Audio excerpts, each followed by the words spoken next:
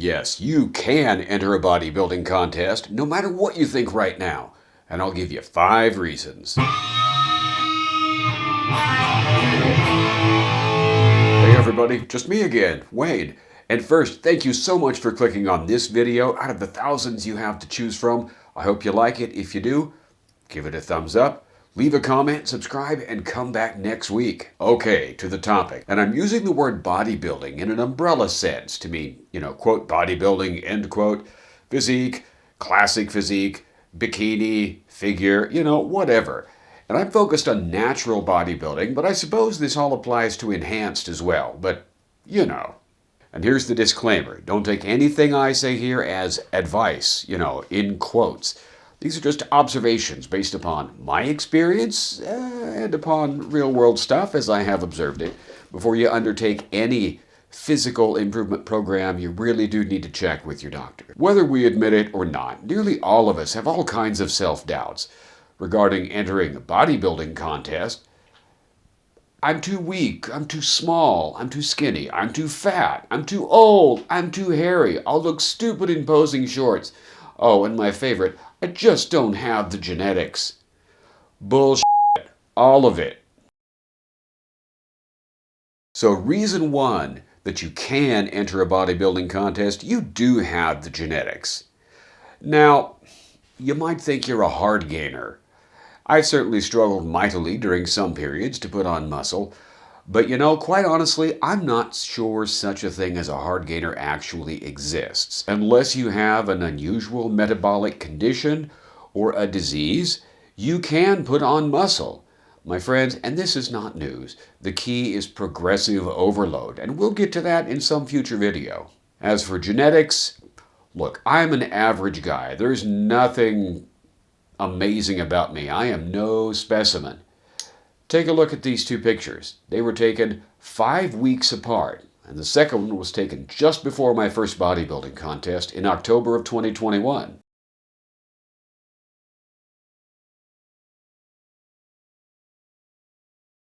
That's some good progress, if I do say so myself. And like I said, there's nothing special about me. Yes, genetics do dictate some things.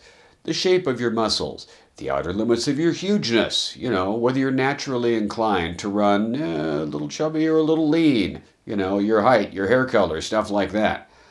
And let's face it, almost none of us will ever look like Jay Cutler or Chris Bumstead or other genetic freaks. And I mean freaks in the best way possible. Not unless we do have those 1 in several million, maybe billion genetics, and we're willing to pump ourselves full of substances that might someday murder us, which I totally don't advise.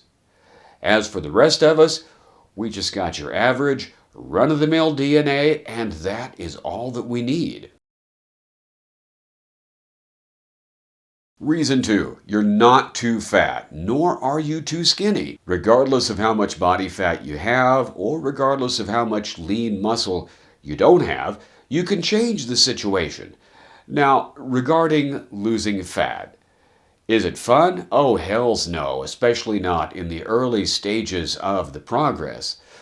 But when you do see progress, when you look in the mirror and you go, hey, those love handles are a little smaller, and especially when, you have to tighten your belt a little bit, and when you can see some abs, even an ab. I'm not a big ab person myself, but, there you go.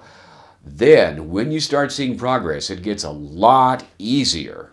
Now, choosing a diet, and by diet, I don't mean some temporary drastic reduction in calories just so my ass will temporarily look better.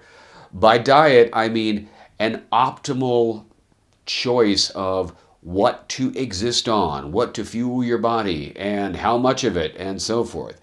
Choosing an optimal diet, I don't think is that difficult, regardless of all the conflicting advice that you'll find all over YouTube and everywhere else.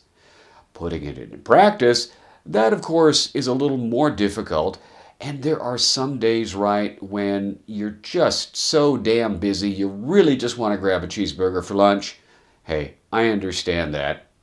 But again, when you start seeing some progress, when some pounds and especially some inches start coming off, it gets a lot easier. You get an extra dose of motivation. As for gaining mass, pretty much the same thing.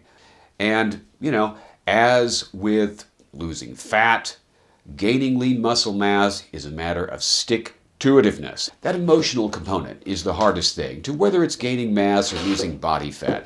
I'm the stress eater myself, and that sound is my dog throwing around a plastic bottle on the floor, but hey, what are you going to do? And, I loves me some carbs, especially at night. But again, when you start seeing some progress, man, your motivation, your inner encouragement just shoots right up and it gets a lot easier. Now, does it ever get, quote, easy, end quote, as such? Yeah, it does. Once eating the right way and eating the right stuff and eating the right amount is a thing that you're just used to doing, then yeah, it does get easier because it just becomes an ingrained part of what you do and who you are. In fact, it even becomes easy without the once you get to that stage. It's getting to that stage, that's the trick. But anybody can do it. Reason 3, you can enter a bodybuilding contest. You are not too old. There's a great line in Arnold Schwarzenegger's new encyclopedia of modern bodybuilding. Arnold claims that whenever someone says to him, "Am I too old to start bodybuilding?" he claims his response is, "No, you're too old not to start bodybuilding." I love that. And it's true, the older we get, the more we have to take care of what we've got. But we can add to what we've got as well. This idea you can't put on muscle after 40, or 50, or 60, or 70. Again, bullshit. Yes, you can. I didn't get into bodybuilding till I was in my 40s, and I wish I'd started 20 years earlier. But I didn't, and that's okay, because I am stronger and healthier now than I've ever been in my life. Now, clearly it goes up and down depending upon how regularly I'm training and how well I'm eating and so forth. But on my worst physical day now, I'm better than on my best physical day in my teens or 20s. Now, I'm told it is true that the older one gets, the more difficult it can be to put on muscle and to keep fat off. But putting on muscle and losing fat and keeping that fat off and keeping that muscle on can be done, no matter how old you are. Now, maybe you're thinking, "Oh, I'll never be able to compete with those youngsters I see on YouTube or wherever." Well, man, that's why they have Masters divisions. I competed in Masters 50 plus in my contest. So far, the only one, but I'm planning to do more. Classic Physique, Masters 50 plus. My friend Doug Brignoli, who unfortunately passed away in October of 22, Doug won the AAU Natural Mr. Universe title when he was 59. And he didn't just win it in Masters, he won it in Masters and overall, meaning he was competing against guys in their 50s and 40s and 30s and even 20s. That is some inspiring if you ask me. Reason 4 that you can compete.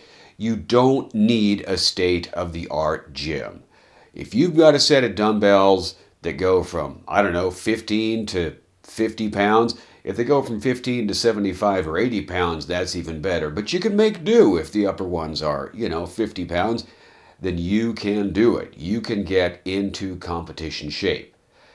Maybe you have access to an actual gym and it's a hole in the wall. It's a completely old school, rusty barbell kind of thing. That's all right too. You just gotta maybe change your approach a little bit. And if you have access to a gym with a good cable machine and dumbbells and barbells and all that groovy stuff, well, hey, even better. No matter what, you can get into competition shape. Now, can you get into competition shape just doing body weight exercises? I don't know. That's probably a little more dicey. But a pull-up bar and a dedication to push-ups and squats and calf raises and crunches, that could go a long way, man. Reason 5. Your body hair, your varicose veins, your moles, your whatever will not be visible underneath your spray tan. Now, maybe like me, you are, let's say, follically Gifted. I have as much hair as I've ever had. It's just migrated. That's an overshare right there, isn't it?